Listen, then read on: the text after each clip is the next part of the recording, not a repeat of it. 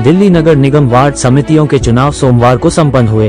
दिल्ली के कुल नगर निगम की 12 जोन के वार्ड समितियों के अध्यक्षों और उपाध्यक्षों का चुनाव में 8 भाजपा के जोन अध्यक्ष और 9 जोनों में उपाध्यक्ष के पद पर चुने गए।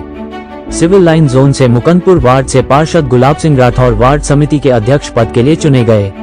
गुलाब सिंह राठौर को कुल 11 मत मिले, जबकि विरोधी पार्टी के उम्मीदवार को 7 मत मिले। तस्वीरों में आपको देख सकते हैं कि गुलाब सिंह राठौर के समर्थकों और पार्टी के पदाधिकारी और कार्यकर्ताओं में भारी उत्साह और जोश था। जैसे गुलाब सिंह राठौर राजपुरा रोड पर स्थित जोन कार्यालय में पदभार संभालने के लिए पहुंचे तो उन्हें बधाइयां देने वालों का भारी तांता लग गया। टोटल खबरें के वरिष्ठ संवाददाता राजेश खन्ना ने जब गुलाब सिंह राठौर से विशेष बातचीत कर इस जीत को लेकर उनकी प्रतिक्रिया जानने का प्रयास किया।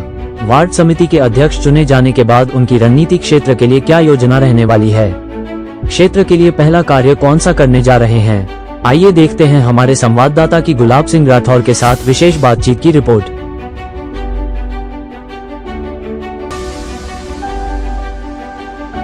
नमस्कार, टोटल खबरों में आपका स्वागत है। मैं हूं आपका राजेश खन्ना। दिल्ली में 12 वार्ड समितियों के जो है कि चुनाव आज दिल्ली नगर निगम में संपन्न हो चुके हैं। उसी में एक जो है कि सिविल लाइन जोन का चुनाव भी आज जो है कि उसमें गुलाब सिंह राठौर साहब जो है कि आज अध्यक्ष के लिए चुने गए हैं जोन चेयरमैन के रूप में। जो सबसे पहले आपका गुलाब जी टोटल खबरों में आपका स्वागत है और आपको बहुत बहुत बधाई। बहुत बहुत धन्यवाद टोटल खबरों के लिए और खन्ना साहब के लिए बहुत बहुत आभार। आप इस समय दिया आपने आकर के और मेरे लिए शुभकामनाएं दिया के बहुत बहुत धन्यवाद। सबसे पहला रिएक्शन आपका जो है कि चेयरमैन बनने के बाद कितनी खुशी हो रही है, क्या कहना चाहेंगे इस पर? खुशी जितनी हो रही है, जितने लोग दिखाई दे रहे हैं, तो इनकी खुशी में मेरी खुशी हो रही है। इसलिए मुझे लग रहा है जब सारे लोग खुश हैं तो मैं भी खुश हूँ, क्योंकि यही मेरी सबसे बड़ी खुशी होती है। अब हमारी जिम्मेदारी इससे ज़्यादा बढ़ गई, उसको मेरी चिंता सता रही है, क्योंकि जितनी खुशियाँ मैं देख रहा हूँ उतने ज़्यादा इन्हें खुश रखना है, वो मेरी रिस्पॉन्सिबिलिटी आगे लिए जिम्मेदारी ज़्यादा है। पर मैं प्रयास करूँगा अपने सारे भाई बहनों के साथ मिल करके छोटे छोटे पॉइंटों में चीज़ों को तैयार करेंगे और हर किसी को खुश करने का प्रयास करेंगे।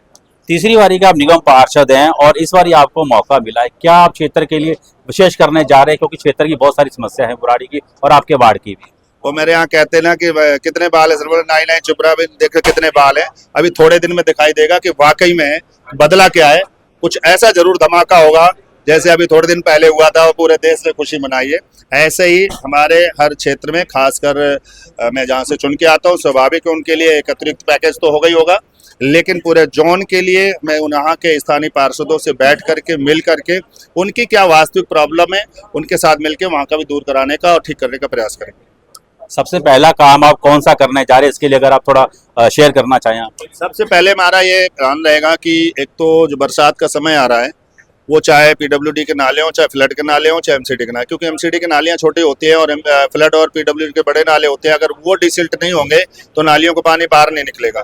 तो मैं उन लोगों से भी वार्तालाप करके शीर्ष अधिकारियों से बात करेंगे ताकि फ्लड के नाले साफ हो जाएं, पीडब्ल्यूडी के नाले साफ हो जाएं। काफ़ी कराए भी है और जिन क्षेत्रों में भी रह रहा हो उसे ज़्यादा करा के और स्वच्छता का भाव आए, दवा का छिड़काव हो, स्थानीय विकास के लिए जो पार्षदों की इच्छाएं, वहाँ का नपाई, दवाई और कहते हैं सारी चीज़ें हों और जाम मुक्त बने दिल्ली, उसके लिए कोई ना कोई तो पहल करेगा।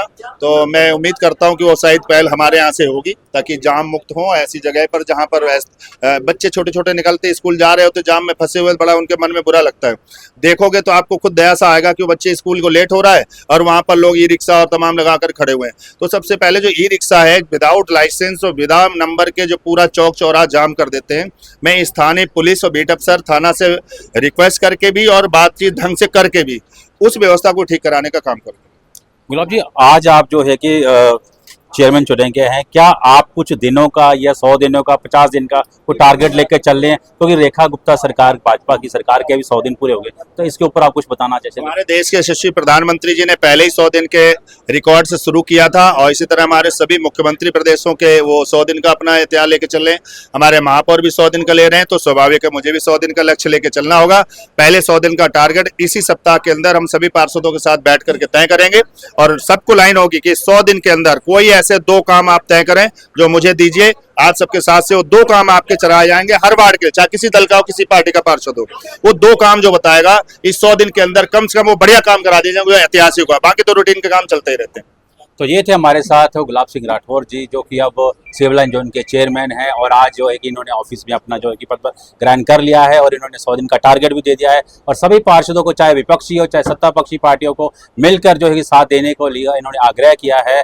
तो अब देखते हैं कि आने वाले समय में इनकी जो है कोशिश कितनी कामयाब होती है, कितना जो है कि ये अपने कर पाते हैं, कितना उम्मीदों में जो खरा उतर पाते हैं, इसके लिए थोड़ा हमें इंतजार करना होगा। मैं राजेश खन्ना, टोल खबरें, दिल्ली से।